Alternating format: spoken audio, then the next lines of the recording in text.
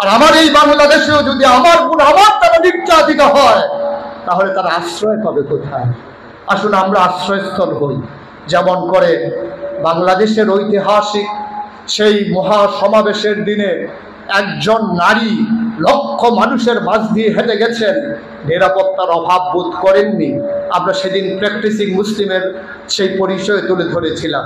সে মেয়ে লিখতে বাধ্য হয়েছিল, এর নাম যদি হয় জামাত ইসলামী, এর নাম যদি হয় ইসলামী ছাত্র শিবির, তাহলে সবার চাইতে শিবিরই ভালো, তাহলে সবার চাইতে জামাতই ভালো। আমরা সেই জামাত চাই, সেই শিবির চাই। কথায় না বড় হয়ে আমরা কাজে বড় হতে চাই। আমরা প্রমাণ করে দিতে চাই মাঝ রাতেও আমাদের একটা শিবিরের ছেলের কাছে একটা যুবতী মেয়ে বড়ই নিরাপদ। সে কখনো ধর্ষণের ভয় রাখে না, অপদস্থ হওয়ার ভয় রাখে না।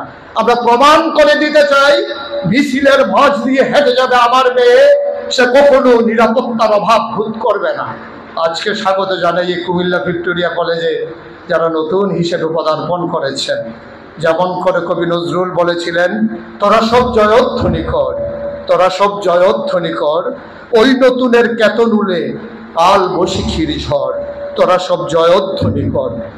আসলো এবার অনাগত প্রলয় নেশারে নিত্য পাগল, সিন্ধু পাড়ের সিংহধারে ধমক হেনে ভাঙলো আগল।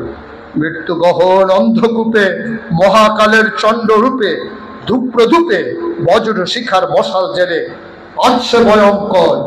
তোরা সব জয়ধ্বনি কর, তোরা সব জয়ধ্বনি কর। পৃথিবীকে প্রেজেন্ট করো, পৃথিবীর কাছে বাংলাদেশকে প্রেজেন্ট করো।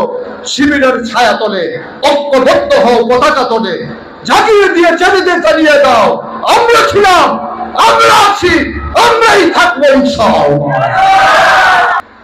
ভারতের সাবেক রাষ্ট্রপতি এপিজে আব্দুল কালাম, যিনি বলেছিলেন, স্বপ্ন তো তাই যা আমাকে ঘুমোতে দেয় না, স্বপ্ন তা নয় যা ঘুমিয়ে ঘুমিয়ে দেখা হয়। তাহলে স্বপ্ন হচ্ছে তা যা বাস্তবায়নে আমাকে ঘুমোতে দেয় না।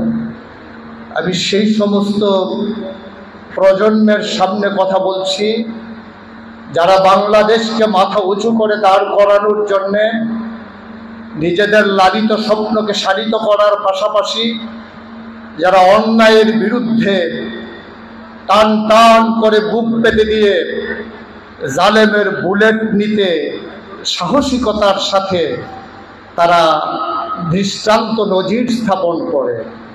আমি এমন একদল মানুষের সামনে কথা বলছি যারা শুধু এই পৃথিবীর মাঝে বাংলাদেশকে এগিয়ে নিতে চায় না, যারা বাংলাদেশকে একটা কল্যাণ রাষ্ট্রে পরিণত করার জন্যে নিজেকে কল্যাণকর একজন মানুষ হিসেবে প্রতিষ্ঠিত করতে চায়।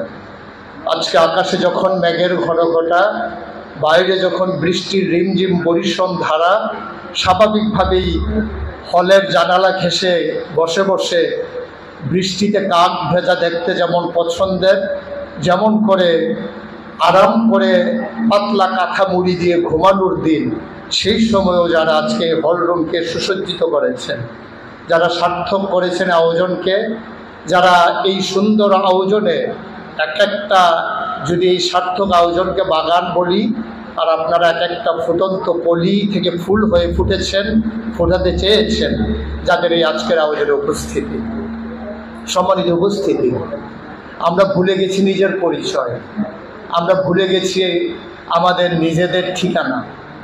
এই জন্যে আমি সকল জায়গায় সকলকে স্মরণ করিয়ে দিতে চাই যে আপনি আপনার নিজেকে আয়নার সামনে দাঁড় করিয়ে অন্তত 3টা প্রশ্নের জবাব আপনার নিজ থেকে নিয়ে নেবেন। 1 নম্বরে আমি কে, 2 নম্বরে কে আমাকে পাঠালো, 3 নম্বরে কেন পাঠালো। আমি কে, তার পরিচয় আল্লাহ কোরআনুল কারীমে ১,৫০০ বছর আগে দিয়েছেন। তখন আমরা মানুষ হইনি, মানুষ বানানোও হয়নি। মানুষ বানাবেন মাত্র যখন চিন্তা করছেন রব্বুল আলামিন ফেরেশতাদেরকে নিয়ে যখন তিনি কনফারেন্স ডাকলেন, তিনি যখন সেমিনারে তার মূল প্রবন্ধ উপস্থাপন করলেন, তিনি সেদিন বলেছিলেন ইন্নী জাইলুন ফিল আরদি খলিফা। আমি একটা কওম, আমি একটা সম্প্রদায়, আমি একদল মানুষ বানাতে চাই যারা আমার প্রতিনিধি, যারা আমার খলিফা। মানে কি? মানে হচ্ছে আমি যা চাই আমার চাওয়াগুলোকে পাওয়ায় পূর্ণতা দিতে গিয়ে যারা কাজ করবেন, আমি ওই একদল মানুষ বানাতে চাই। ফেরেশতারা বললেন দরকার নাই, মানুষ বানাবেন তো তারা তো ওই রকমই করবে যেমন করে আগে জিনারা করেছে, মারামারি কাটাকাটি ঝগড়া বিবাদ, কি দরকার মানুষ বানানোর? আমরাই কি যথেষ্ট না আপনাকে ডাকার জন্যে? আল্লাহ বললেন ইন্নী আলামু মা লা তা'লামু, আমি যা জানি তোমরা তা জানো না।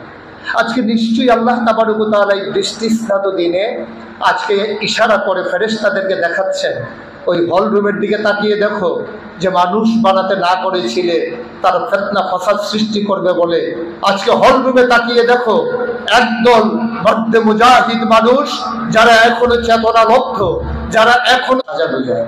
ফেরেশতারা লজ্জায় অবনত হয়ে যান। ফেরেশতারা তখন লজ্জায় যখন অবনত হয়ে যান, তখন আল্লাহ তাবারক ওয়া তাআলা আমাদেরকে লক্ষ্য করে আমাদেরকে দেখিয়ে বলেন, আমি এমন মানুষই বানাতে চেয়েছিলাম যারা আজকে সকল খেলাধুলা, টিভির রং তামাশা আর মোবাইলের স্ক্রিন থেকে নিজেকে সরিয়ে এনে দ্বীনের পথে চলতে চায়, দ্বীনের পথে নিজেকে সাজাতে চায়, রাঙিয়ে তুলতে চায়, দ্বীনের আলোয় আলোকিত করে গোটা বিশ্বকে। আল্লাহ তাবারক ওয়া তাআলা এজন্যই আমাদেরকে বানিয়েছিলেন। তাইলে আমি কে? আমি হচ্ছে আশরাফুল মাখলুকাত, আমি সৃষ্টির সেরা।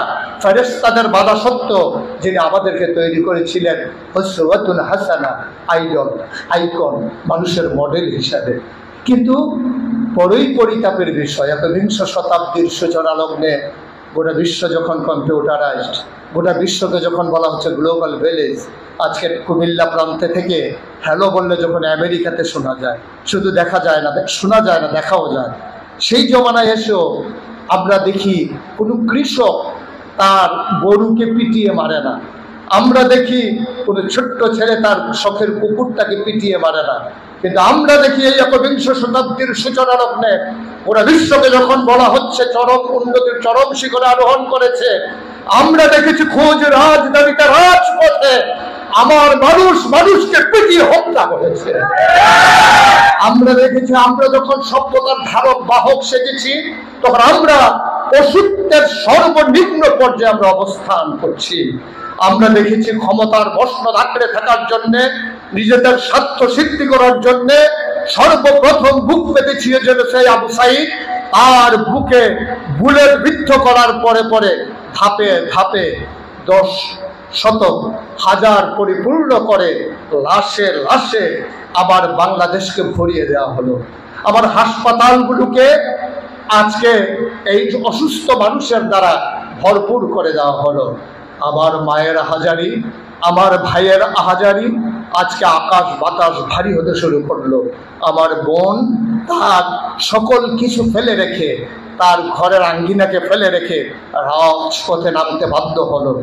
আর যারা এর মাঝে অগ্রণী ভূমিকা পালন করলো তাদের নাম শিবির, যা শুধু একটি সংগঠন নয়, যা একটি প্রতিষ্ঠান, যা মানুষ গড়ার কারিগরে পরিণত হয়েছে ইতিমধ্যে। যে শিবির হাজারো মানুষ তৈরি করেছে, যে শিবির আজকে মানুষকে পথ চলার পাথর হিসেবে মানুষের সামনে নিজেদেরকে ওইভাবে উপস্থাপন করতে চেষ্টা করেছে। এজন্যে অনেক আগে ভারতে যখন মোহামেডান স্পোর্টিং ক্লাব লীগ শিরোপা অর্জন করেছিল, তখন কবি নজরুল একটি কবিতা রচনা করেছিলেন। আমি যখন পড়ছিলাম তখন মনে হচ্ছিল সেই কবিতার লাইনগুলো বাংলাদেশ ইসলামী ছাত্র শিবিরের জন্যও যেন আজকে তিনি থাকলে লিখে দিতেন। যদি এমন করে বলি, এই বাংলার অবনত শিরে তোমরা পড়ালে তাজ, সুযোগ পাইলে শক্তিতে মোরা অজেয় দেখালে আজ। এ কি অভিনব কীর্তি রাখিলে নিরাশাবাদীর দেশে, আধার গগনে আবার ঈদের চাঁদ উঠিল যে হেসে। শিবির যেন তার রক্তের মাঝে গোলাপ গাছ লাগিয়ে গোলাপ ফুল ফুটিয়ে দেখিয়ে দিলেন কেমন করে ফুল ফুটাতে হয় আর গোড়ায় রক্ত দিতে হয়। আমি বিশ্বাস করি, আমি তাদেরকে নিয়ে স্বপ্ন দেখি, আমি তাদের মাঝে আমি আশায় বুক বাঁধি যারা আজকে আমার সামনে বসে আছে। আমি বিশ্বাস করি শিবির যদি স্বমহিমায় সচেতনায় জেগে থাকে তাইলে বাংলাকে আবার পেছনে ফেলে দিতে পারে এমন কোন শক্তির উদ্ভব হওয়া সাহসই বাংলাদেশে কেউ করবে না ইনশাআল্লাহ। আমার বিশ্বাস শিবির হবে অতন্ত্র প্রহরী। আমার বিশ্বাস শিবির নিজেকে জাগাবে, নিজেকে জাগাবে এবং ঘুমন্ত মানুষকে জাগিয়ে তুলবে। আজকের এই নবীন বরণ অনুষ্ঠানে আমরা যদি নিজেদেরকে জাগিয়ে নিতে পারি, সে পতাকা তলে ঐক্যবদ্ধ করে নিয়ে নিজেদেরকে গড়ে তুলতে পারি, আর নিজেদেরকে চেতনায় শানিত করে নিতে পারি, যেমন করে জেনেছিলাম আমি কে আমাকে পাঠালেন, তিনি নিজেই বলে দিলেন যে তিনি যে রব্বুল আলামিন। কেন পাঠালেন আল্লাহ তাও জানিয়ে দিলেন, ইয়া আইয়ুহান নাসু উবুদু রাব্বাকুম আল্লাযী খালাকাকুম ওয়াল্লাযীনা মিন ক্বাবলিকুম লাআল্লাকুম তাত্তাকুন। আল্লাহ এই জন্যই আমাদেরকে পাঠিয়েছেন যে হে মানুষেরা, উবুদু রাব্বাকুম, তোমরা ইবাদত করবে তোমার রবের, যিনি তোমাকে সৃষ্টি করেছেন। তিনি মায়ের আর বাবার মধুর মিলনে যখন তারা লিপ্ত হয়েছিল, তখন বাবার পিঠ থেকে, মায়ের বুক থেকে দুফুটো পানি সবেগে নির্গত হয়ে যে জায়গাটা গিয়ে একত্রিত হয়েছিল, মায়ের সেই রেহেমের ভিতরে দুফুটো পানি হয়ে গেল এক ফোঁটা রক্ত। এক ফোঁটা রক্ত সেখান থেকে হয়ে গেল এক টুকরা গোশত, প্রলম্বিত হলো, হাত হলো, পা হলো, নাক হলো, মুখ হলো, চোখ হলো, মানুষে পরিণত হলো। এই পৃথিবীতে আসলে পৃথিবীকে সাজানোর জন্যে। সুতরাং আজকে যারা তোমরা নবীন, আজকে যারা তোমরা এসেছো আঙ্গিনায় নিজেদেরকে সাজিয়ে দেওয়ার জন্যে, নিজেদেরকে রাঙিয়ে দেওয়ার জন্যে, নিজেদেরকে রাঙানোর মাধ্যমে, নিজেদেরকে সাজানোর মাধ্যমে মায়ের মুখে হাসি ফোটানোর জন্য। এখানে নিশ্চয়ই এমন অনেক ছেলে আছে, এমন অনেক মেয়ে আছে যারা একেবারেই দরিদ্র পরিবার থেকে উঠে এসেছে। এখানে নিশ্চয়ই এমন অনেক ছেলে আছে যাদের মা অন্য বাড়িতে কাজ করে সন্তানের জন্য লেখাপড়ার যোগান দিয়েছে। এখানে এমন অনেক সন্তান আছে যাদের বাবা কৃষিকাজ করে, ধান বিক্রি করে তার সন্তানের জন্যে সুন্দর একটা পোশাক উপহার দিয়েছে। আমার ছেলে বড় হয়েছে, আমার ছেলে কলেজে পড়বে, আমার ছেলে ইউনিভার্সিটিতে যাবে, ও যেন বন্ধুর কাছে লজ্জা না পায়। বাবা কষ্ট করে জীবন যাপন করে, কিন্তু নিজের সন্তানকে বুঝতে দেয় না, নিজের সন্তানকে অপমানিত হতে দেয় না, শির উঁচু করে দাঁড়াতে শিখায় বাবা। শুধু বাবাই করে যাবেন? আমরা সন্তানেরা বাবার জন্য কিছুই করব না? আমরা কি শুধু তাদের চোখের পানি দেখবো, মুছে দেওয়ার জন্য কোমল হাত দুটি এগিয়ে যাবে না? আমরা কি শুধু মায়ের চিকিৎসার টাকা দিয়ে নিজেরা মানুষ হব, মায়ের চিকিৎসার ব্যবস্থা করব না? সেখানেই সকল কিছু মনে হয় যেন বেদনায় পর্যবসিত হয়ে যায়। আসুন আমরা নিজেদেরকে মানুষের মতো মানুষ তৈরি করে আমরা মায়ের মুখের হাসি একেবারে দিগন্তে ছড়িয়ে দেই। আমরা বাবাকে জিজ্ঞেস করবো, বাবা ধান কাটা হবে কখন? আমি এখন আর বাড়িতে আসবো না, যখন ধান কাটা হবে আমি এসে তোমার কাঁধের ধানের ভার আমার কাঁধে নিতে চাই। তোমার সন্তানের কচি কাঁধ এখন অনেক শক্ত হয়েছে, তোমার সন্তানের কাঁপা কাঁপা হাত এখন বলিষ্ঠ হয়েছে, তোমার ছেলের চোখের পানি এখন রক্তে পরিণত হয়েছে। সুতরাং কষ্টে আর তোমাকে থাকতে দেব না। আমি চাই তোমার ধানের ভার আমার কাঁধে উঠুক, তোমার দোকানদারির দায়িত্ব আমার কাঁধে আসুক। এভাবে আমরা যদি নিজেকে মানুষের মতো মানুষ করে পরিচয় দিতে পারি, সেদিন বাবার বুক গর্বে ভরে যাবে, মায়ের অশ্রু সেদিন সান্ত্বনার অশ্রুতে পরিণত হবে। আসুন রং চঙের এই দুনিয়ায় নিজেদেরকে ভাসিয়ে না দিয়ে আমরা সমাজের দায়িত্ব নিতে শিখি।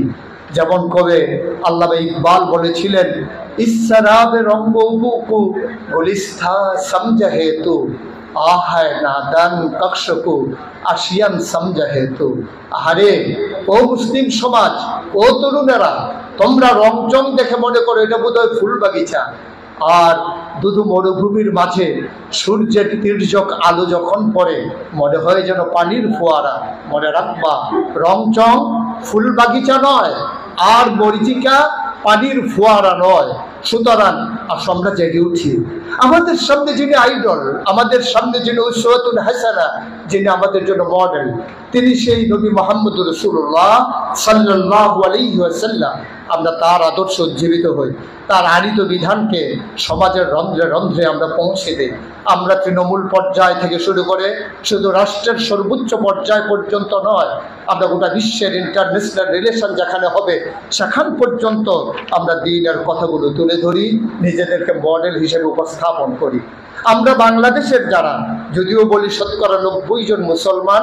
এই মুসলমানেরা সবাই হচ্ছে আমরা এই আনুষ্ঠানিকতার মুসলমান, আমরা কিন্তু প্র্যাকটিসিং মুসলিমে পরিণত হতে পারিনি। আমরা কথা দিয়ে মানুষকে ইসলাম মুসলিম বানাতে চাই, অথচ মুসলিম কথা দিয়ে নয়, মুসলিম হবে আরেক মুসলিমকে দেখে। আমরা নিজেদেরকে ওইভাবে উপস্থাপন করি, আমার যিনি ছাত্রী বোন হবেন সে আমার কাছে হবে নিরাপদ, কারণ আমি যদি আমার বোনকে টিটকারি মারি, আমি যদি মস্কারা করি ইউনিভার্সিটির গেইটে দাঁড়িয়ে দাঁড়িয়ে, তাহলে আমার বোনের নিরাপত্তা বিধান করবে কে? কাশ্মীরের ঝিলাম নদীর পানিও রক্তে রঞ্জিত হবে আমার বোনের রক্তে। আজকের সে আরাকানের মুসলমানের রক্তে নাফ নদীর পানি রক্তে রঞ্জিত হবে। আজকে ধর্ষিত হবে আমার বোন সিরিয়ায়, আমার বোন আফগানিস্তানে, ফিলিস্তিনে।